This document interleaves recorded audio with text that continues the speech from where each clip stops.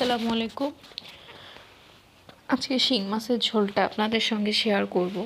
আমি এভাবেই সাধারণত শিং মাছের ঝোল করি। তো প্রথমে একটু পেঁয়াজ দিয়ে ভালোভাবে নাড়াচাড়া করে নিয়ে তার মধ্যে আমি বাটা মশলাগুলো দিয়েছি, দিয়ে লবণ, হলুদ, কাঁচামরিচ, আমি সাধারণত কাঁচামরিচেরই রান্না করি। মশলাটাকে একটু পানি দিয়ে ভালোভাবে কষিয়ে নিব। কষিয়ে নিয়ে তার মধ্যে মাছগুলো দিয়ে নাড়াচাড়া করে কষিয়ে নিয়ে হালকা কষানো পানি দিব। পানি দিয়ে যখন কষানো হয়ে যাবে তখন টমেটো দিয়ে নাড়াচাড়া করে নিব। নাড়াচাড়া করে আমি ঝোলের পানি দিয়ে দিব। ঝোলটা আসলে যে যেমন খেতে পছন্দ করবেন সেইভাবে ঝোলটা দিবেন। আমি পাতলা পাতলা ঝোল রাখবো, এই জন্য ঝোলটা এভাবেই, পানিটা এভাবেই দিয়েছি।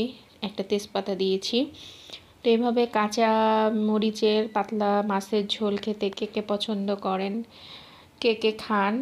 আর শেষে আমি ধনেপাতা দিয়ে ঢেকে ঝোলটা যতটুকু রাখবো রেখে নামিয়ে ফেলবো।